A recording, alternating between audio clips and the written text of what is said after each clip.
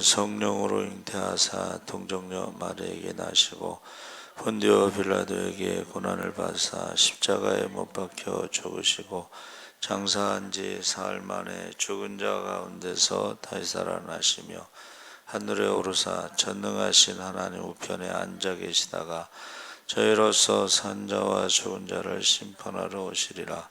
성령을 믿사오며 거룩한 공예와 성도가 서로 교통하는 것과 죄를 사하여 주시는 것과 몸이 다시 사는 것과 영원히 사는 것을 믿사옵나이다.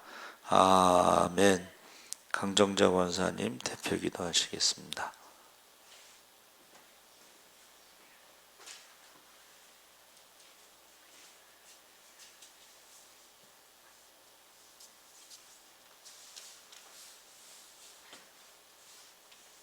다 같이 기도하시겠습니다. 하나님 아버지 은혜 감사드립니다. 설 명절 연휴를 잘 지내고 오늘 다시 모든 직장도 다시 생활하게 하시고 아버지 하나 많은 국민이 대이동을 했지만 큰 사고 없이 잘 넘어가게 하시니 감사합니다. 교회들이 교회 부문을 감당할 때 정말 다음 세대를 잘 길러내는 교회들이 되게 하시고 특별히 언아웃교는 우리 예수랑교를 하나님께서 축복하셔서 이 인근에 이단이 발붙이지 못하도록 도우셔서 우리도 복음을 담대히 전하게 하시고 아직도 아버지 하나 예수 믿지 않는 사람들에게 복음이 들어갈 때 큰 변화가 일어나게 하시고 내 자녀들도 주님 앞에 와서 회개하며 믿음 생활 잘할 수 있는 날이 속히 올 수 있도록 함께 하실 때 우리가 정말 이 나라를 위해서 기도합니다. 전쟁이 속히 종식되는 러시아가 되게 하시고 아버지 남북이 복음으로 통일되는 이 나라가 될 수 있도록 함께 하시옵소서. 사랑의 하나님 아버지, 우리 예수 사랑교회 성도들 오늘 3일 밤 어디에 무엇을 하고 있든지 시간을 기억하고 그곳에서도 함께 기도하며 다음에 보이게 힘쓰는 성도들이 다 되게 하시옵소서. 우리 목사님 사람을 낚는 어부에 대해서 말씀하실 때 정말 아버지 그 말씀이 우리의 신비에 새기게 하시고 실천하는 믿음 되게 하시고 우리가 다음 세대를 위해서 우리 전도사님을 정말 아버지 보살펴 주면서 함께 협력하여 선을 이루는 기도가 있게 하셔서 한 명도 아버지 안에 잃지 않게 하시고 다음 세대 훌륭한 믿음의 사람으로 많이 길러낼 수 있는 우리 예수 사랑교회 될 수 있도록 함께 하실 것 믿사옵고 우리를 죄 가운데서 구원하신 우리 주 예수 그리스도 이름으로 감사하며 기도합나이다. 아멘.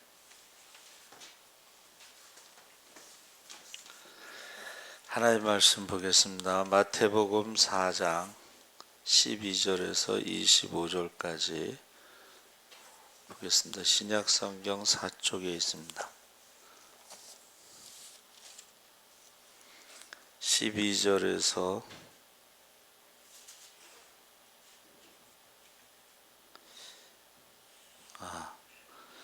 4장 18절에서 22절까지 우리 다 같이 읽겠습니다. 갈릴리 해변에 다니시다가 두 형제고 베드로라 하는 시몬과 그의 형제 안드레가 바다에 금을 던지시는 것을 보시니 그들은 어부라. 말씀하시되 나를 따라오라. 내가 너희를 사람을 낚는 어부가 되게 하리라 하시니 그들이 곧 그물을 버려두고 예수를 따르니라. 거기서 더 가시다가 다른 두 형제 곧 세베대의 아들 야고보와 그의 형제 요한이 그의 아버지 세베대와 함께 배에서 그물을 깁는 것을 보시고 부르시니 그들이 곧 배와 아버지를 버려두고 예수를 따르니라. 아멘. 할렐루야. 예, 잘 오셨습니다. 감사합니다. 우리 방경 권사님은 김혜정 권사님하고 그 병원에 검사 받으러 가셔서 지금 못 오셨습니다. 여러분 기도해 주시기 바랍니다. 우리가 주현절을 지금 보내고 있는데 주일날 주님의 빛이라고 하는 제목으로 말씀을 나눌 때 앞에 본문이 겹치죠. 그래서 12절서부터 17절까지는 본문이 겹칩니다. 그리고 오늘 수요일 날은 주연절 본문에 이어서 이제 그 교회의 그 교회력에 따른 말씀을 준비하면은 그 본문이 좀 겹칠 수가 있어요. 그 주간에는. 그래서 오늘은 사람을 낚는 억울한 제목으로 말씀을 나누는데, 이 마귀로부터 3번 거듭 시험 받으신 후에 예수님께서 세례 요한이 잡히심을 들으시고 바로 공생애에 들어가시는데, 이제부터는 능력 있는 공생에 대해서 사역을 위하여 제자들을 선택하신 일에 대해서 지금 말씀을 읽었습니다.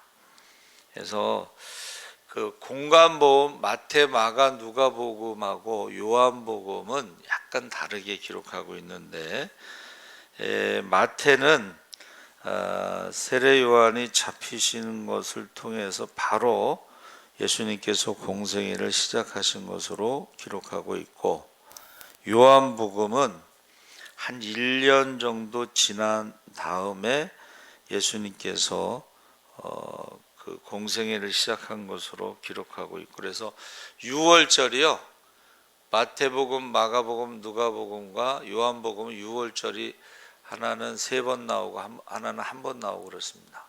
그래서 약간씩 다른데, 그것은 뭐냐면 강조점이 다르기 때문에 그렇습니다. 그래서 왜 마태는 바로 그렇게 공생애를 시작한 것으로 기록했을까?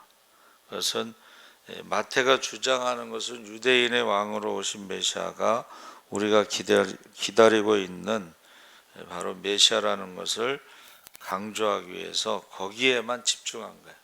그러니까 뭐 6월절을 2번, 3번 지나는 게 중요한 게 아니고, 뭐 저 세례 요한이 잡히고 1년 있다가 뭐 그런 게 중요한 게 아니고, 예수님이 바로 메시아 사역을 하셨다는 것에 집중하기 위해서 다른 것들을 과감히 생략했다. 그러니까 이제 마가복음이 제일 먼저 복음서 중에 쓰여졌다. 16장까지 짧죠. 마가복음은 이방인을 위한 복음으로 하나님의 아들 예수 그리스도의 복음의 시작이라 그래서, 이방인들에게 관심이 있는 것은 하나님의 아들, 신의 아들이 관심이 있는 거예요. 그래서 예수님이 하나님의 아들이신 것을 강조하기 위해서는 예수님이 행하신 기적들을 막 기록하죠. 기적들. 마가복음 막 기적들이 계속 기록되어 있습니다.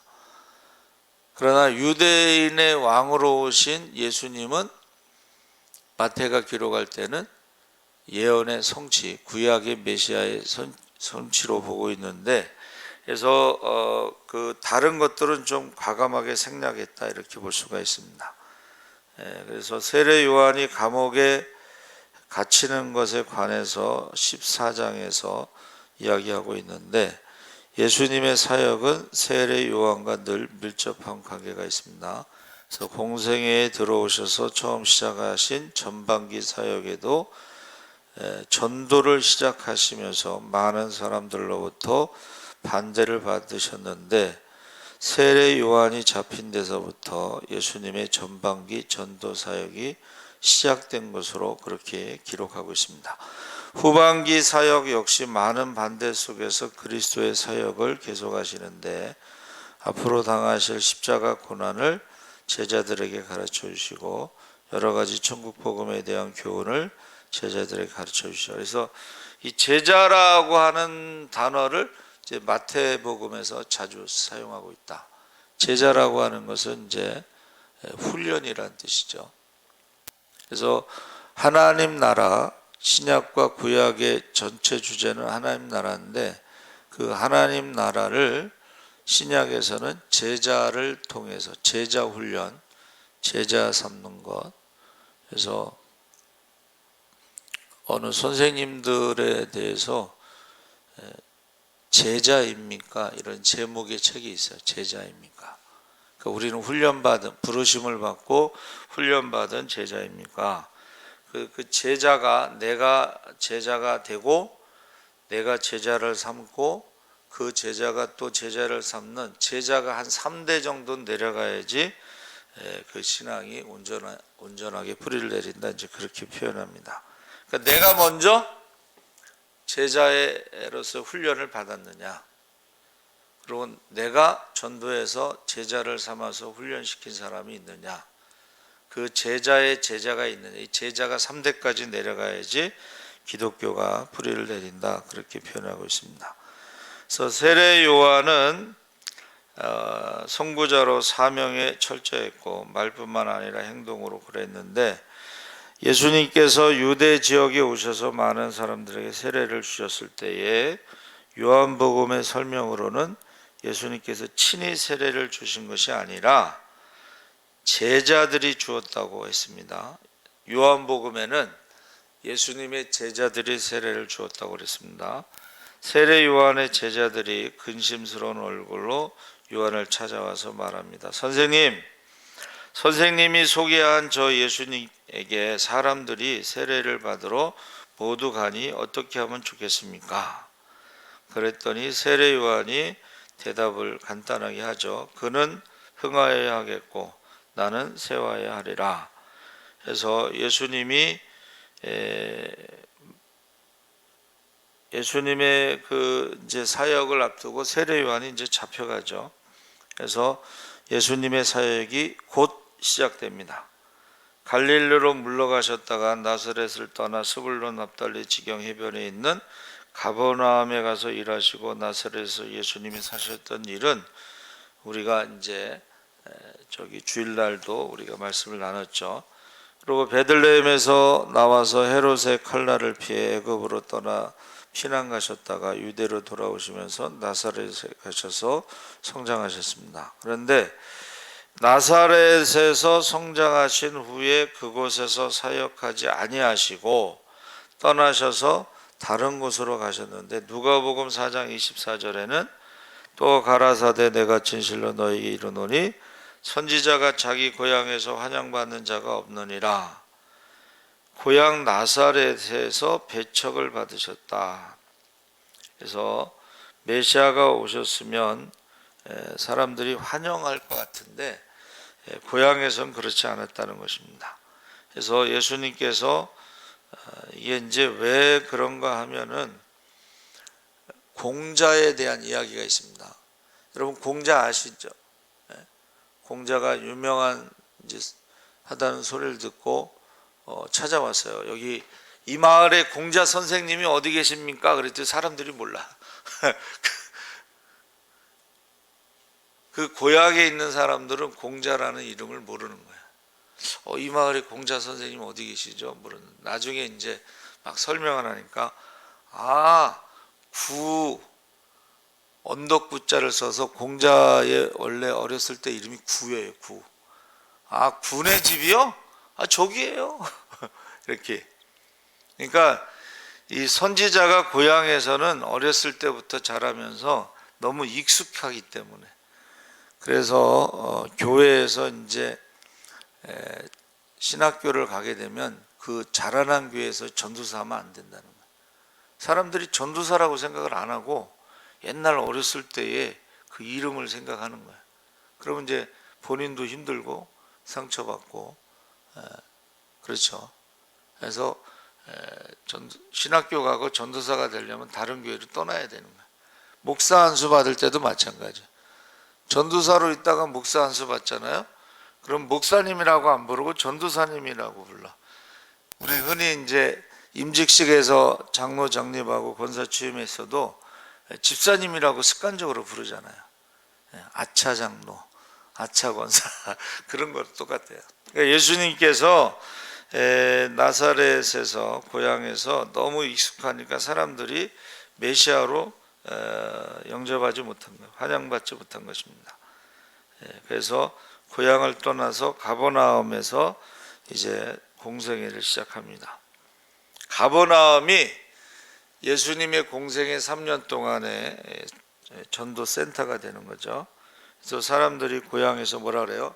야, 가버나움에서 뭐 병을 고치고 막 유명하게 됐다고 하니까 그러면 고향에서도 한번 병든 자를 고쳐봐라 그랬잖아요. 근데 성경에 뭐라고 기록돼 있어요? 믿지 아니함으로 거기서는 능력을 행하시지 않으셨다는 거예요. 믿지 아니함으로. 그래서 이 마태는 이 사실을 고향을 떠나서 가버나움에서 사역하신 것을 다르게 설명하고 있는 거예요, 지금. 그래서 예수님 말씀 그대로 선지자 이사야로 하신 예언의 말씀의 성취라고 하는 것을 기록하면서 15절에 스불론 땅과 납달리 땅과 요단강 저파 해변길과 이방의 갈릴리여 흑암에 앉은 백성이 큰 빛을 보았고 사망의 땅과 그늘에 앉은 자들이 빛이 비추었도다. 이사야 선지자의 예언을 그대로 마태복음은 기록하고 있습니다. 마태는 유대인의 왕으로 오신 예수를 구약의 예언의 성취로 보기 때문에 마태복음에는 구약의 예언이 많이 인용이 되어 있습니다. 그래서 이 흑암에 앉은 백성, 이방의 갈릴리, 이것은 우리 주일날 말씀 나눴죠. 전쟁이 일어나면 국경지대부터 피해를 입고 거기에서 이제 혼혈족이 생기고, 그러니까 우리가 알고 있는 것은 이제 사마리아가 혼혈족이라고 생각하는데 예루살렘에 있는 사람들은 갈릴리도 이방의 땅이고 거기도 혼혈족이다 이렇게 생각하는 거죠. 그래서 예수님께서 고향에서 환영받지 못하시고 거기서 환영받지 못한 것도 예언되어 있었다는 거죠. 그래서 이방의 갈릴리여, 이런 표현은 여호수아가 이끌고 들어왔던 이스라엘 백성들이 430년 동안 애굽 땅에서 고통당하다가 모세가 인도해 왔지만 그 민족의 죄로 광야에서 40년 유리방황하고 모세가 느보산에서 하나님 부르심을 받고 회개자인 여호수아가 가나안 땅에 들어가면서 그곳에 남아있는 모든 이방 족속들을 다 진멸하라고 명령하셨는데 그렇게 하지 않은 거야. 그러니까 지금 역사적인 사건이 두 개가 있죠. 가나안 정복할 때도 그 땅 사람들을 멸하지 않아서 결혼하면서 혼혈족이 생기고, 그리고 역사적으로 또 북왕국의 사람들이 어떻게 해요? 아수르에 침략받으면서 혼혈족이 생기고, 그래서 이 국경지대는 이게 어쩔 수 없는 거예요. 전쟁이 일어나면 제일 먼저 피해를 입고 혼혈족이 생기는 것입니다. 그래서 우리가 신앙도요, 이 혼합주의가 무서운 거예요. 지금 천주교 같은 경우도 토착화라는 말을 씁니다. 토착화.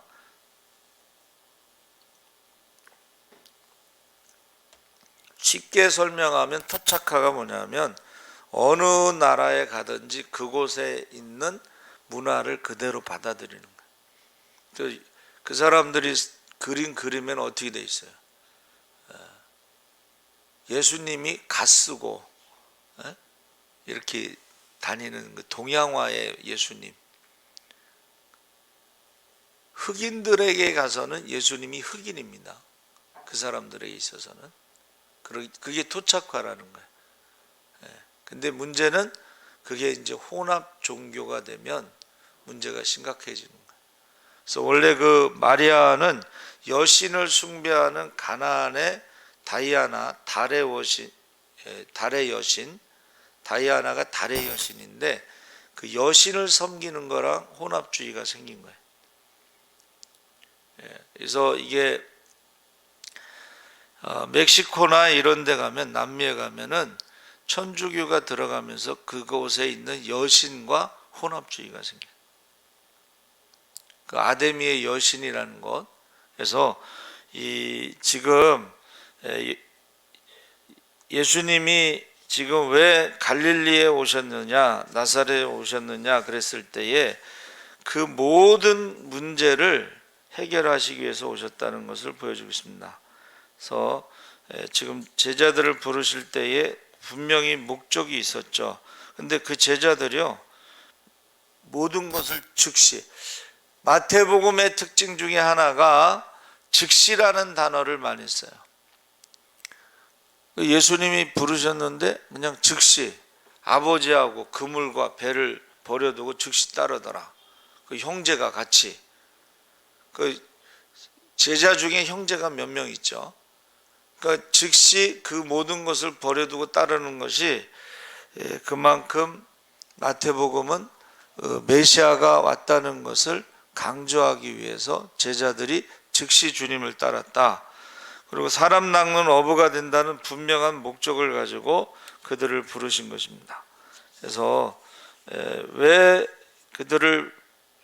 어부들을 부르셨을까? 뭐 공부 많이 한 예루살렘 중심으로 제자들을 삼지 않고 왜 갈릴리 중심으로 어부들을 부르셨을까? 거기에 대해서 이제 사람들이 몇 가지를 설명하는데 그것은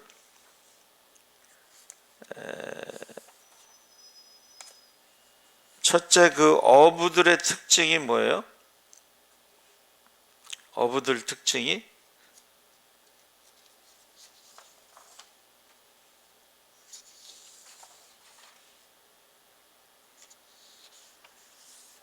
그 어부들이 특징이 그 사람들은 바쁜 사람들이다. 아니 바쁜 사람들을 왜 제자로 부르셨을까? 이 바쁜 사람들은요 부탁을 하면 시간을 쪼개서 그 부탁을 들어준대요. 근데 게으른 사람에게 부탁을 하면 게으른 사람은 핑계를 대서 시간이 아무리 많아도 게으른 사람은 핑계를 댄다는 거예요. 그래서 어부를 선택하신 것은 그들이 바쁜 사람들이기 때문에 무슨 일을 맡기더라도 열심히 한다는 거예요. 열심히. 그러니까는 어떤 한 분야에서 이제 열심히 성공한 사람들은 다른 일을 맡겨도 그것을 성공적으로 한다는 특징이 있다는 거예요. 그래서 새마을 운동의 주역이었던 그 유태훈 박사도 그가 공부를 하고 싶어서 종의 아들로 태어났는데 공부를 하고 싶어서 어떻게 교회를 가게 돼서 하나님 앞에 기도하잖아요. 공부하고 싶다고. 그래서 하나님께서 그가 공부할 길을 열어주시는데 이게 지금 그 외국의 여왕 덴마크인가 그 여왕에게 편지를 써서 그게 여왕이 국비장학금으로 초청을 해서 공부하잖아요. 근데 거기서 끝나지 않고 농업 선진국인 그 이스라엘에 가서 공부를 하는데 여러분 이스라엘 히브리어로 공부하는 거 이게 쉽지가 않거든요. 지금 우리 후배도 20년 있었다 그러더라고요. 20년. 이어폰을 24시간 365일 끼고 있었대요.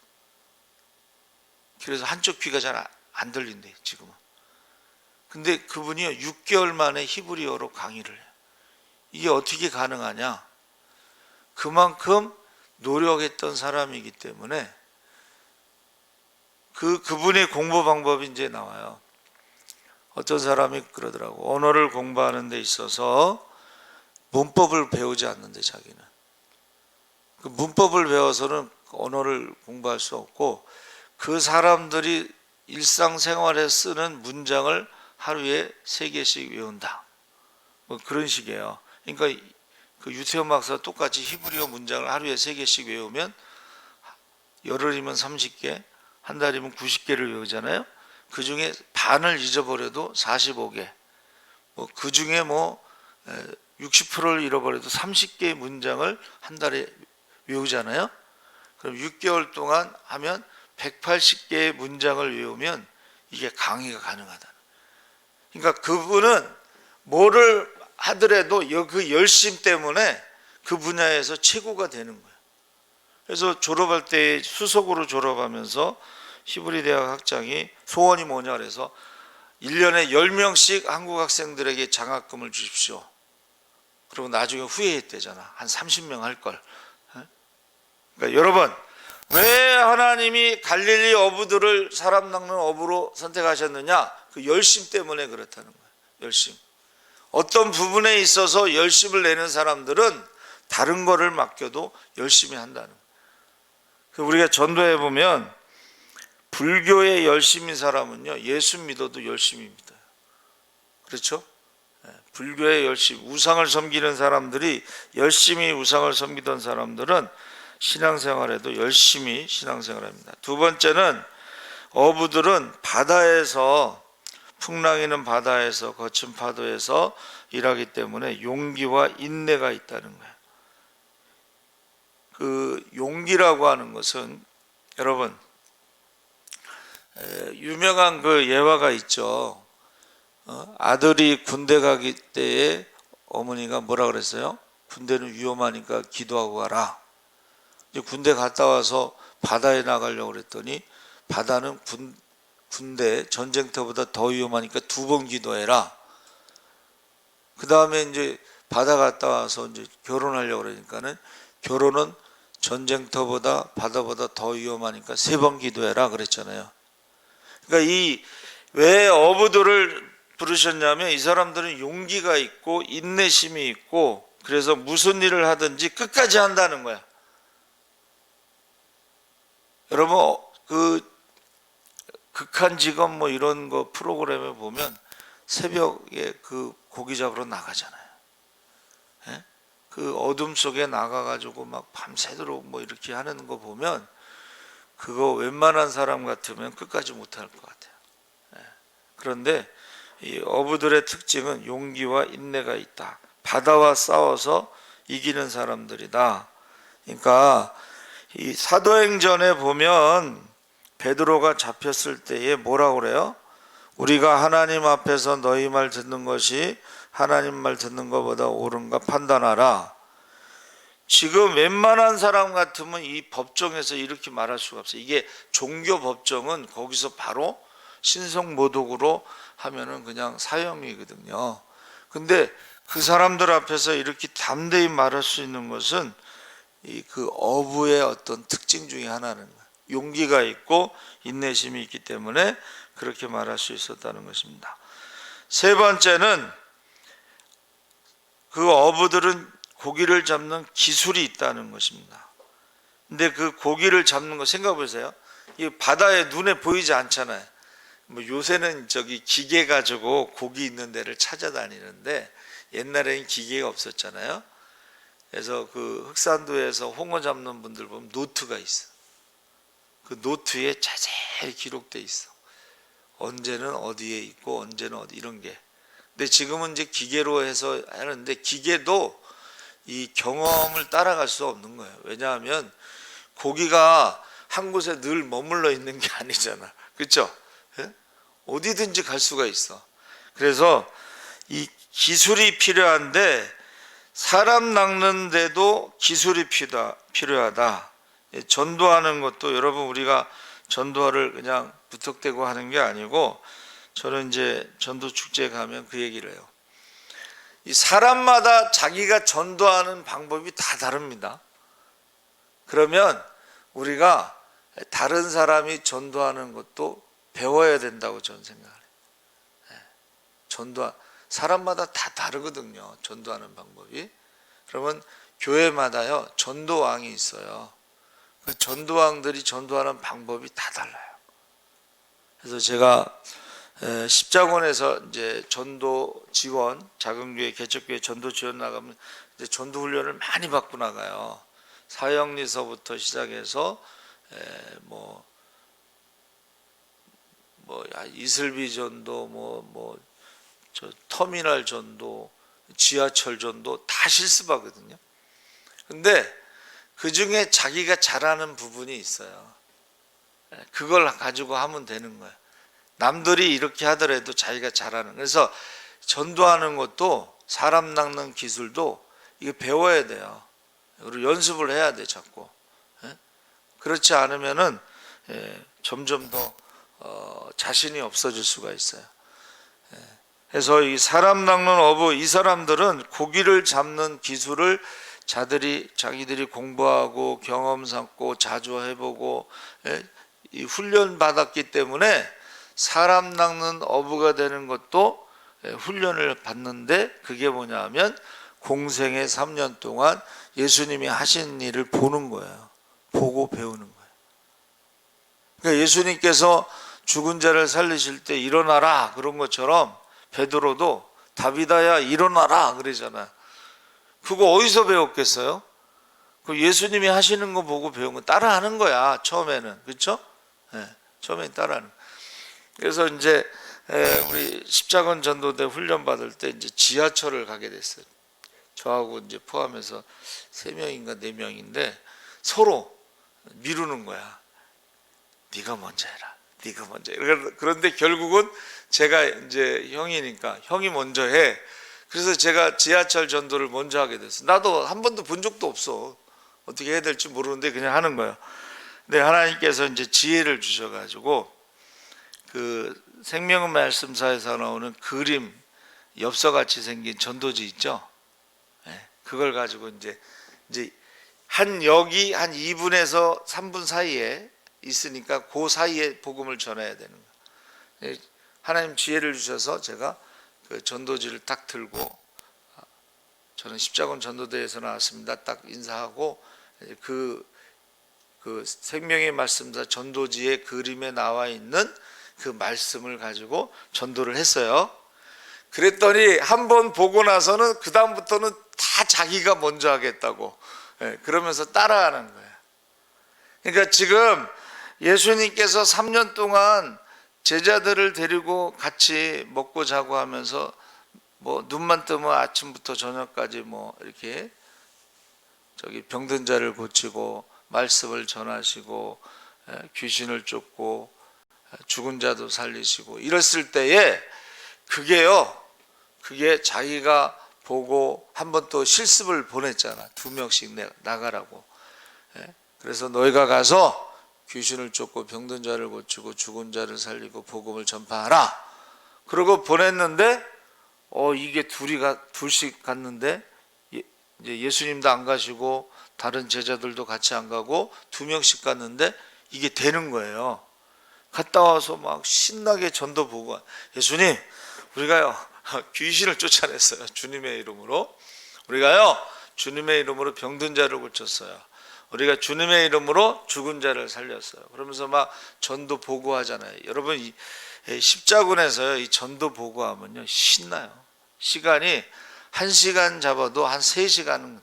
왜냐하면 각자 전도 현장에서 전도한 얘기를 하다 보면 막 신이 나거든. 근데 이제 묘한 때가 있어요. 그게 뭐냐면 처음 사람이 전도에 실패한 얘기를 하잖아요. 그러면 다 실패한 얘기를 분위기가 완전히 이상하게 돼. 그래서 나중에는 그 십자군 대장이 이제 전도한 얘기를 해야지 전도 못한 얘기를 하지 말라고 그런 말을 해요. 그래서 지금 예수님이 하나님 나라를 세우는 방법은 제자 훈련이에요. 제자 삼는 거예요. 그리고 사람 낚는 어부를 그게 바로 제자 훈련인데 그러기 위해서는 예수님이 하신 것처럼 해야지 사람을 낚는 어부가 될 수가 있습니다. 그럼 예수님이 어떻게 하셨느냐? 어떻게 하셨어요? 밤에는 기도하시고 낮에는 여러 마을로 다니셨다. 그런데 제자들은 보세요. 중간에 드디어 오병이의 기적 사건 이후로 그냥 예수님을 왕으로 삼고자 하고 하나는 오른쪽 왼쪽 이렇게 생각했잖아요. 근데 예수님께서 나는 다른 마을로 가자. 나는 전도하러 왔노라. 이게 이제 제자들의 생각과 좀 다른 거예요. 나는 왕이 되고자 온 게 아니고 다른 마을로 가자. 나는 전도하러 왔노라. 이 전도가 바로 사람 낚는 어부가 되는 거예요. 그래서 우리가 전도를 하도 물어봐서 제가 이제 답을 준비한 게 전도는 섬기는 것이다. 물질로 섬기든 시간으로 섬기든 뭐 몸으로 봉사를 하든 섬기는 게 전도하는 것이다. 이제 제가 그렇게 말씀을 드려요. 뭐 심는 게 있어야지 거둘 거 아니에요, 그렇죠? 그래서 우리가 전도 축제할 때에 가만히 보면 한 명도 못 데리고 오는 사람이 있어. 장로님이든 권사님이든 한 명도 못 데리고 오는 사람은 평소에 그가 어떻게 생활했다는 것이 드러나는 거예요.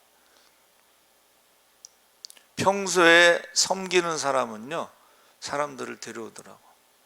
그런데 평소에 이렇게 뭐 이렇게 섬기지 않은 사람들은 못 데려오는 거예요. 제가 오히려 민망해. 제가 장로님이 남들은 다 전도 축제 때 사람들 데려오는데 장로님이 못 데려오면요 제가 민망해요. 평소에는 모르잖아요. 그런데 그거 해보면 아는 거예요. 그래서 그 전에 제가 어렸을 때는 부흥회가 되면은 한 명씩 데리고 오라고 그랬어요. 못 데리고 오면은 예배 못 드리게 했어요. 들어오지 말라고. 그런데 그러면은 진짜 시장에 가서 장사하시는 분들 돈으로 사서 오는 사람도 있어요. 돈으로 사서 오는 사람들. 그래서 유명한 이야기, 남대문 지게꾼을 장로님이 돈으로 샀어. 한 시간에 얼마. 그런데 그 지게꾼이 친구들을 또 다 데리고 왔어요. 그래서 그 교회는요 지게꾼 부대가 생겼는데 그 지게꾼들이 처음엔 돈 받고 왔지만 예배 드리면서 신앙이 생겨서 교회가 부흥됐다 하는 유명한 이야기가 있습니다. 돈으로 사오든 업어오든 뭐 납치를 하든 간에 자, 네 번째는 어부들은요 고기를 잡을 때 혼자 잡는 것이 아니라 함께 협력하면서 잡습니다. 사람 낚는 사람들 혼자 하는 게 아니고 같이 한다는 거예요. 같이. 무슨 말인지 아시죠? 이 신천지 애들이요 전도할 때 혼자 하지 않습니다. 한 10명 정도가 붙어요. 10명 정도가. 그래서 성경 공부하러 딱 가잖아요. 앞뒤 좌우 다 걔네들이 다 신천지예요. 제가 만민성결교회 하도 누가 오라 그래서 가봤어요. 야, 거기도 그래. 거기 새신자가 딱 앉잖아요. 좌우 사방에 걔네들이 앉아. 그래갖고 찬송할 때도 막 뜨겁게 하고 기도할 때도 뜨겁게 하고 목사님 설교할 때 아멘 아멘 그러고 우리 목사님 설교 너무 좋죠. 막 옆에서 바람을 잡는 거야. 쉽게 말하면. 이 어부들은요 혼자 고기를 잡는 게 아니에요. 여러분 보시죠. 그물을 막 내리면은 막 그 그물을 둘러서 사람들이 그냥 둘러서 같이. 그러니까 우리가 전도도 혼자 하는 거하고 여러 명이 같이 하는 거 전혀 달라요. 그래서 이름이 최원수인가? 장로님 이름이 원수인데 통장에 2억이 있었다고 그러더라고요. 그래서 2억을 전도비로 다 쓰자. 그래가지고 이 시골 같은 데 동네 가잖아요. 그러면 그 동네에 필요한 것들을 그릇, 옛날에 고무다라 처음 나왔을 때는 집집마다 고무다라를 하나씩 다 사주고 전도를 한다. 혼자 하는 게 아니고 전도팀이 가서 그 마을 전체를 그냥 그렇게 해놓는 거예요. 그러면 열매를 맺는다는 거예요. 그 장로님은 누가 결혼식 한다고 그러잖아요. 안 믿는 사람이 그러면 냉장고 한 대 사준대. 옛날에 냉장고 비쌌잖아요. 지금도 비싸지만. 그러면 그 사람이 최소한 그래도 몇 번은 교회에 오게 돼 있다. 뭐 그런 식이야. 그러니까 어부들은 협력할 줄을 안다는 거예요. 자기 혼자 하는 게 아니고 전도할 때도 협력할 줄을 안다는 거예요. 다섯 번째로는 고기를 잡는 데는 이제 믿음이 필요하다. 왜냐하면 이거 바다에 고기가 어디 있는지 모르잖아요. 근데 보세요. 깊은 데 가서 그물을 내려라 했을 때 말씀에 순종한 밤이 맞도록 수고하여도 고기를 못 잡았지만 내가 말씀에 의지하여 그물을 내리리이다. 그게 믿음이라는 거예요. 어제 이제 날씨가 추웠어요. 이제 제가 우리 집사람이 추울 때는 전도하지 말고 내가 대신 나가야 되겠다. 그래서 전도를 나갔어요. 근데 보세요. 언제 전도를 나가더라도 하나님이 준비된 심령들을 만나게 하셔요. 그래서 이제 귀가 막 떨어져 나가는데 막 이 전도띠를 맸으니까는 뭐 목도리도 안 하고 그냥 나갔는데 근데 이렇게 가는데 4명이 쭉 서가지고 인사를 하는데 이게 햇빛이 저쪽에서 비치니까 안 보여. 누군지 잘 몰라. 네 명이서 계속 인사를 해. 네 명이서. 그래가지고 제가 가까이 가서 이렇게 봤더니 이제 마을버스 타는 데에서 박은경 권사님, 최성 남편, 그리고 딸 연서, 그리고 거기 일하는 진호에서 네 명이서 거기서 계속 내가 전도띠 메고 가는 걸 보고 계속 인사를 한 거예요. 그래가지고 권사님이 내일 병원에 가신다는데, 그랬더니 그래요? 그러면서 그냥 그런가 보다 하고 그냥 이렇게 지나가더라고. 근데 오늘 어떻게 이제 병원에 가서 그 명예의원이 이제 오늘 문을 안 열어서 제가 약을 못 하다 드린다고 그랬더니 그냥 병원에 가서 검사해야 되겠다 그래서 가신 건데, 하여튼간 그러고 이제 또 이렇게 가잖아요. 근데 또 오다가 또 누가 또 막 이렇게 마스크를 했는데 이렇게 막 인사를 하셔. 그랬는데 누군지 몰라가지고 또 가까이 가서 보니까는 저 원희 엄마예요 그러시더라고. 그 전원, 그 딸이 전원, 그 아들이 규원, 그 딸을 낳는데 초원, 원자가 세 개.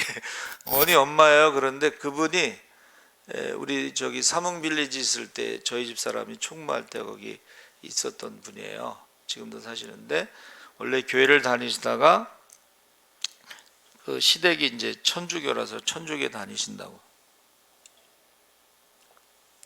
근데 이제 전원 그 딸을 알아와서 한 달 동안 몸조리하면서 저희 교회를 나오신 거예요. 그래가지고 근데 좀 좋았었는지 하여튼간 그러다가 이제 외국에 나갔는데 그분이 전원 그분이 원래 세문안교회 이제 섬기시는 분인데 왜 예수사랑교회는 주보에 그 교회 그 지로번호 통장번호를 안 하냐는 거야. 외국에서 제가 이제 유튜브로 설교 보내고 그랬을 때 그러면서 그걸 하라고 그래서 그분 때문에 주보에 지금 통장 번호가 나가는데 그 외국에서 이제 11조도 하고 헌금도 많이 하시고 또 어떨 제가 이제 전도TV 나가는 걸 이제 자기가 봤는데 여름에 봤는지 하여튼 이 더운데 목사님 전도 나가시는데 자기가 전도 안 하는 거에 대해서 미안하다고 또 헌금도 보내고 뭐 그렇게 헌금을 많이 하시더라고. 우리 교인이 아닌데. 그래서 야 이게 저는 몰라도 사람들이 본다는 거예요. 그 불광본소 앞에 건너편에 그 무슨 24시 있어요. GS인가? 제가 이제 뭐를 사러 들어갔는데 저보고 그러는 거야. 어느 교회세요? 뭐 그러면서 목사님이세요? 뭐 그러면서 전도에 대해서 물어보는 거예요. 그래서 저를 어떻게 하셔요? 그랬더니 맨날 거기 앞에 지나다니는 거는 그걸 보고 아시는 거야. 그러니까 여러분, 아니 이 추운데 나가면 누구를 만나겠냐 그러지만 나는 몰라도 보는 사람이 있어. 제가 전에 그 얘기했죠.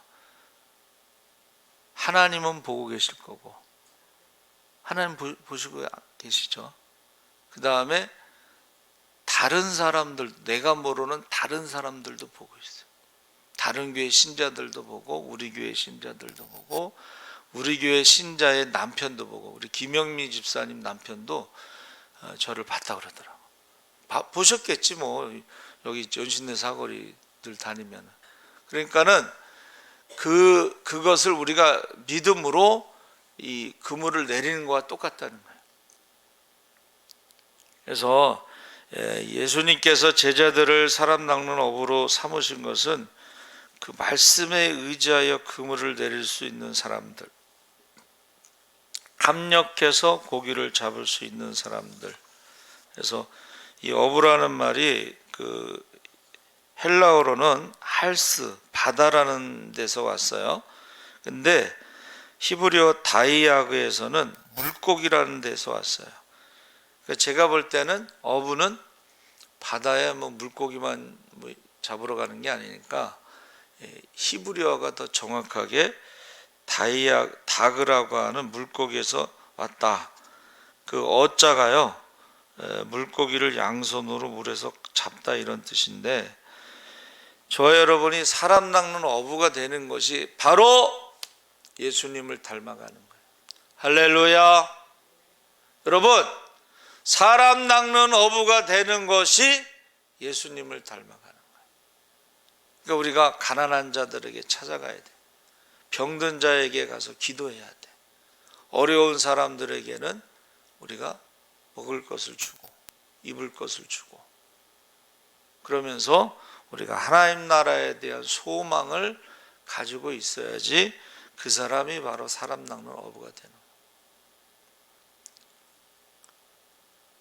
그래서 전도하지 않는 것은, 글쎄요, 예수님에 대해서 잘 모르는 사람이다. 나는 전도하러 왔노라 그래. 다른 마을로 가자 그러죠. 근데 대부분은 어떻게 해요? 여기가 좋사오니 하고 만족하고 머무르려고 그러죠. 그래서 저와 여러분이 예수님께서 사람 낚는 어부를 만드시겠다고 부르셨을 때에 그게 바로 예수님을 닮아가는 것이다 하는 것을 믿으시고, 여러분 정말로 한 영혼을 이름을 부르면서 기도하고, 가족 구원을 위해서 기도하고, 자녀들의 구원을 위해서 기도해야 돼요. 그냥 이렇게 대강 이렇게 넘어가다가는 이 기도의 골든타임과 전도의 골든타임을 놓칠 수가 있어요. 그러니까 저는 감동받으면 그냥 나가요.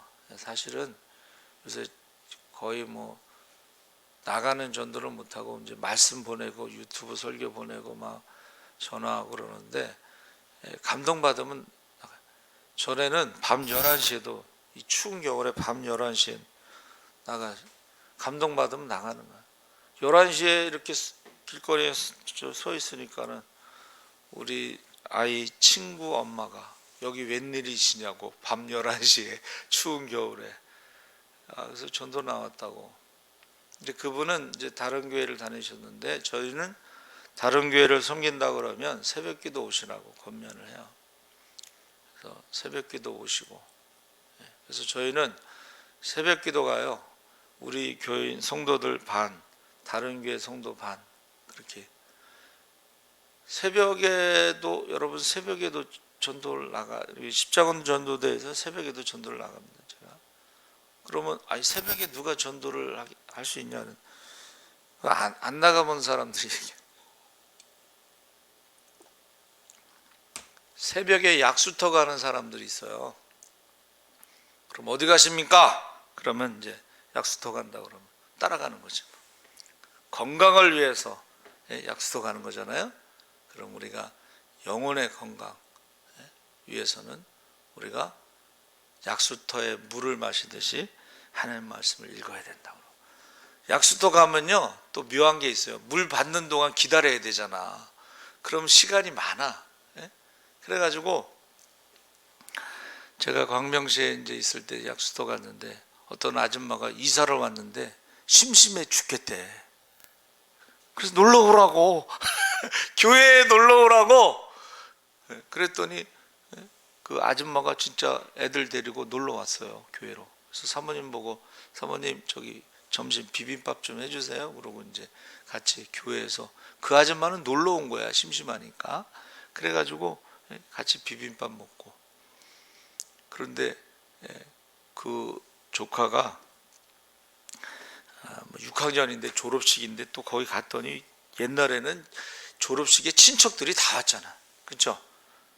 그래가지고 제가 또 교회차 15인승 딱 갖고 가서 타시라고, 그래가지고 그분들을 모시고 교회 가서 또 음료수 마시고 또 모셔다 드리고. 그러니까 우리가 사람 낚는 어부는 때를 얻든지 못 얻든지, 듣든지 안 듣든지, 믿든지 안 믿든지, 우리가 어떻게 해야 돼요? 열심을 해야 돼. 두 번째는 우리가 어떻게 해야 돼요? 용기가 있어야 돼. 바다와 파도와 싸워서 이길 수 있는 용기, 인내가 있어요. 그리고 우리가 합력해야 돼. 같이 해야 돼. 그냥 어떻게 해야 돼요? 전도 대상자입니다 하고 이름 적어가지고 구역 예배 때고 기관 모임 때도 막 같이 기도하는 거예요. 그걸 VIP라고 그래. VIP. 그래서 막 기도하다가 타이밍을 잡아서 초대를 하면 거기서도 막 기도를 하잖아. 그럼 그 사람이 와서 놀라는 거야. 이 많은 사람들이 자기 가족들 이름 다 부르면서 기도하지 막 그럼 놀라는 거예요. 합력해서. 그리고 우리가 믿음으로 어떻게 돼요? 그물을 내려야 돼요. 할렐루야. 그러니까는 다 예수님이 갈릴리 어부들을 제자로 삼으신 이유가 있는 거예요. 그래서 그 사람들이 나중에 다 예수님을 닮아서, 예수님도 십자가에서 죽으셨죠. 그 사도들도 가룟 유다만 자살하고 나머지는 다 순교합니다. 순교. 그래서 저와 여러분이 한번 주여 3번 부르짖고 한번 기도하겠습니다. 주여, 주여, 주여. 할렐루야. 살아계신 아버지 하나님께서 함께 하시옵소서. 우리를 부르실 때 사람 낚는 어부가 되게 하신다고 했습니다. 아버지, 사람 낚는 어부가 되는 것이 곧 예수님을 닮아가는 것입니다. 아버지 하나님, 우리가 예수님을 닮아서 사람 낚는 어부가 되게 하시옵소서. 성령 충만함으로 권능을 받아 아버지 예루살렘 유다 사마리 땅까지 복음의 증이 되게 하시고, 죽은 자를 살리게 하시옵소서. 병든 자를 고치게 하시옵소서. 귀신을 쫓아내게 하시고 복음을 전하게 하시옵소서. 때를 얻든지 못 얻든지 복음을 전하게 하여 주시옵소서. 주여 믿습니다.